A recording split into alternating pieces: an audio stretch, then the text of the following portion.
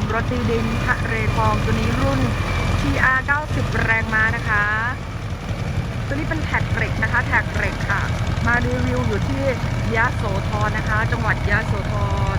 ทำงานละเอียดปั่นรอบเดียวจบนะคะปั่นรอบเดียวจบ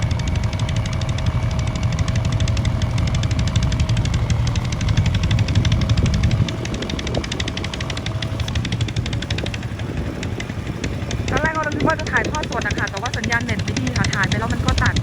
ก็เลยเปลี่ยนเป็นวิดีโอให้คุณลูกค้าได้ชมนะคะ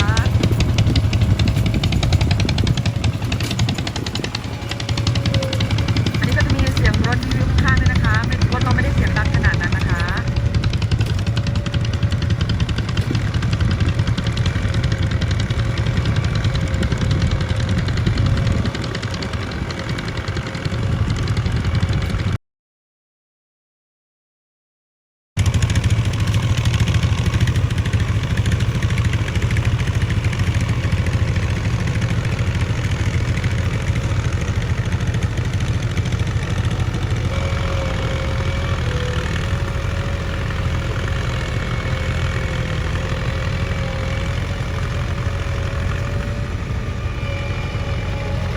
ตัวนี้เป็น TR 90 แรงม้าแท็กยางนะคะแท็กยาง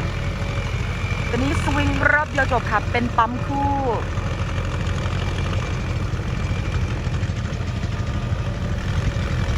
ปั่นรอบเดียวจบนะคะคุณลูกค้าค่ะปั่นรอบเดียวจบค่ะปั่นงานละเอียดนะคะ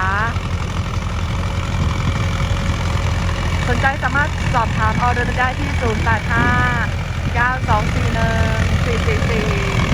ออเดอร์ส่งทั่วประเทศไทยนะคะ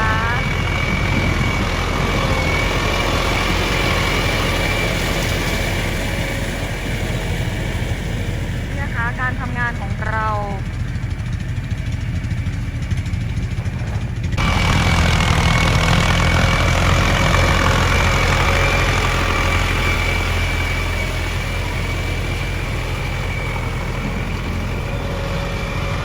สวิงขับเคลื่อนง่ายระบบเกี่ยวกับแมคโครหรือรถเกี่ยวใหญ่นะคะขับง่ายกับปั๊มคู่นะคะจะมีปั๊มคู่ทำงานละเอียดค่ะ